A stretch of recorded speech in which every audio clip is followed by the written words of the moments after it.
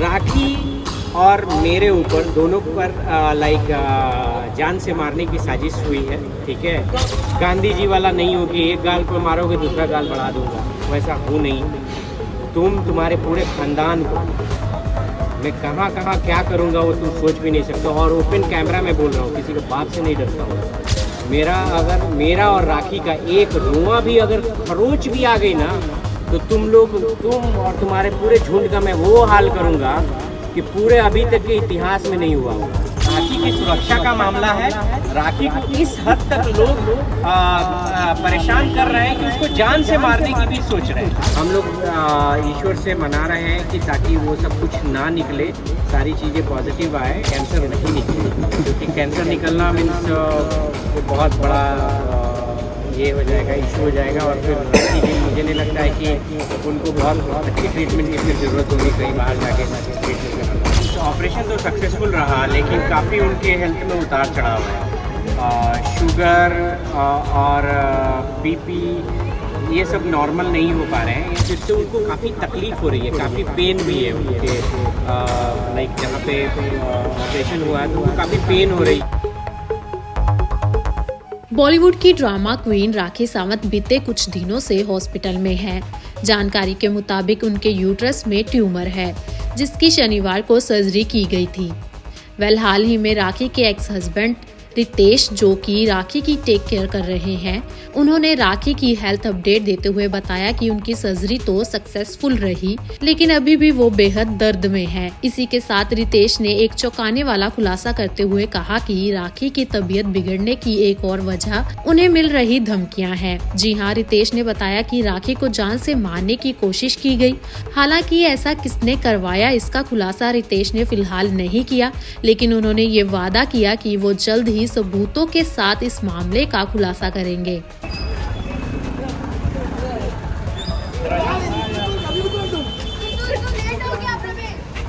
हम लोग गाड़ी देखे तुम यार, एक मिनट ऐसे बोलता है। अरे क्या है ऐसा, उधर हो फिर चलो। अरे क्या कर रहे हो इधर भाई? कहाँ से देख रहे बस बहुत बढ़िया बताएं कैसे हो आप लोग। चश्मा निकाल दीजिए, वही ऐसे करता हूँ।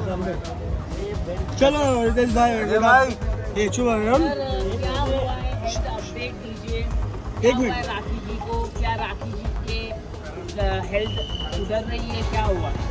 देखिए, राखी जी की हेल्थ मीन्स ऑपरेशन तो सक्सेसफुल रहा, लेकिन काफ़ी उनके हेल्थ में उतार चढ़ाव है।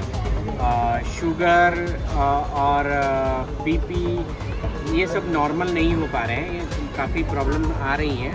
काफ़ी वो टेंशन भी लेके रखी हैं, बार बार बहुत सारी चीज़ों के वो परेशानियां, मैं जैसे बताया हूँ कि बहुत सारी परेशानियां उनको एक साथ आ रही थी, और उनको कहीं ना कहीं वो दिमाग में बैठा हुआ है, जिससे रिकवर करने में डॉक्टर लगे हुए हैं।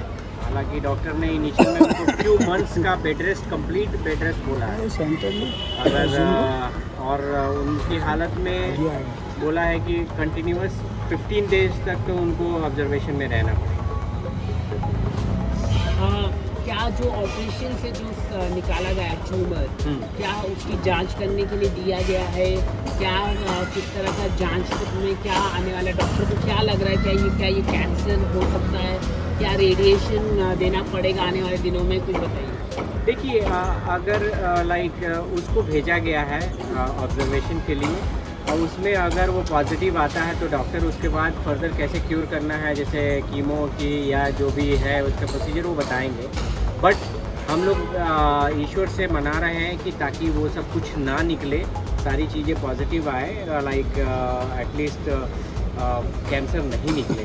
क्योंकि कैंसर निकलना मीन्स बहुत बड़ा ये हो जाएगा, इशू हो जाएगा। और फिर मुझे नहीं लगता है कि उनको बहुत अच्छी ट्रीटमेंट की ज़रूरत होगी कहीं बाहर जाके ट्रीटमेंट कराना। ये डॉक्टरों की तरफ से क्या जानकारी मिली आपको, आगे की क्या प्रक्रिया होगी? राखी कितने दिन अस्पताल में रहेगी, डिस्चार्ज कब होगी?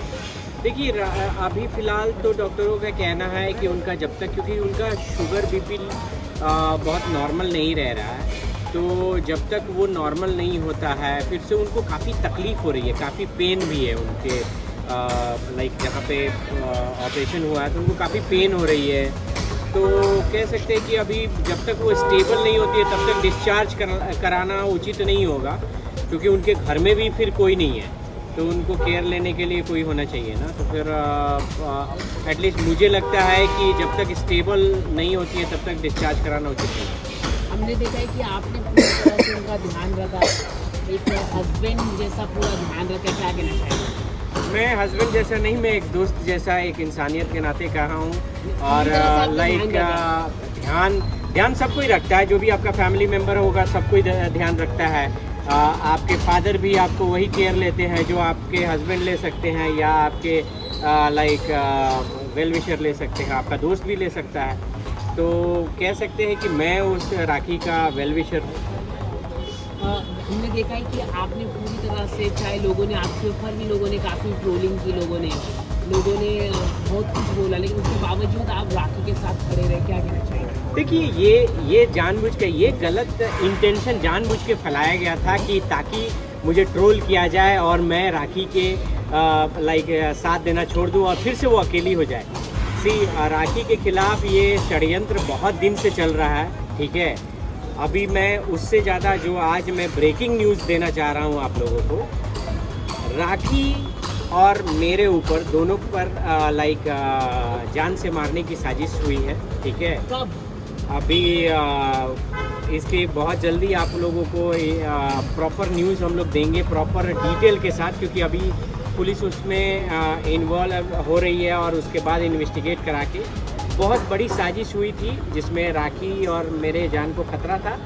बट उन लोगों को मैं बोलूँगा कि भाई पहले मुझ पे कुछ भी करने से पहले सोच लो, क्योंकि मैं गांधी जी वाला नहीं हूँ कि एक गाल पर मारोगे दूसरा गाल बढ़ा दूँगा, वैसा हूँ नहीं।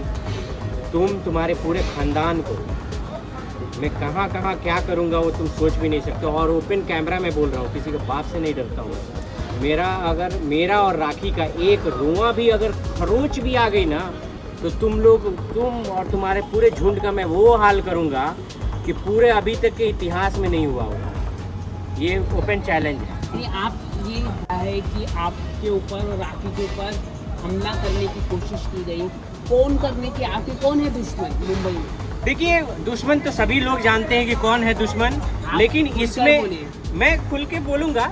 पहले मेरे पास एविडेंस सारे चीज़ें आ जाएं, मैं खुल के बोलूँगा। मैं बोला ही नहीं कि मैं किसी के बाप से नहीं डरता हूँ, तो मैं नाम तक भी रखूँगा, लेकिन मेरे पास एविडेंस, जब तक मेरे पास एविडेंस नहीं आता मैं बिना एविडेंस के कोई बात नहीं करता हूँ। तो एविडेंस पूरा आ जाए और उसके बाद खुल के मैं नाम रख के बोलूँगा। और आपको एक ही नहीं चाहिए, एक ही बात मैं बोलूँगा कि इसके बाद जितने भी लोग, इसमें कुछ इम्पोर्टेंट पॉइंट है, कुछ लोग जो हमारे साथ थे, हमारे वेल विशर बन के आए थे, वो भी इसमें इन्वॉल्व। कौन नाम मैं बताऊंगा, सारी चीज़ें मैं नाम विथ प्रूफ, क्योंकि ये सारी चीज़ें हम लोगों ने बहुत ही गुप्त रूप से हम लोग पुलिस को इन्फॉर्म कर रहे हैं, क्योंकि हम लोग इस बार वो मीडिया ट्रायल से नहीं, इस बार हम लोग कानूनी रूप से, क्योंकि ये राखी की सुरक्षा का मामला है। राखी को इस हद तक लोग परेशान कर रहे हैं कि उसको जान से मारने की भी सोच रहे हैं, तो ये गलत है। क्या अस्पताल में उनका जानलेवा हमला हुआ? नहीं, ये सारी चीज़ें मैं अभी इस पर मैं कुछ भी नहीं बोलूँगा। मैं बोला नहीं कि उनको और मुझे दोनों को ये टारगेट किया गया था, एक साजिश रची गई थी जिसका पर्दाफाश हम लोगों ने किया है। और इसमें जो भी लोग हैं, इसके वैलिड एविडेंस हमारे पास है। जो भी लोग इसमें इन्वॉल्व हैं, हम लोग उसको कानून से सख्त सजा दिलवाएंगे। Thank you so much, thank you. और एक बात मैं आप लोगों को फाइनली बता रहा हूँ कि देखिए, ये जितने भी राखी को हम लोग, ये जितने भी लोग सुन रहे हैं, राखी को हम लोग सुरक्षा की मांग किए हैं और राखी को मैं personal protection as well as मैं पुलिस प्रोटेक्शन की का दरख्वास्त कर रहा हूँ, और जल्दी ही जल्दी राखी सुरक्षा के बीच में होगी। Thank you. चलो 1 to 1।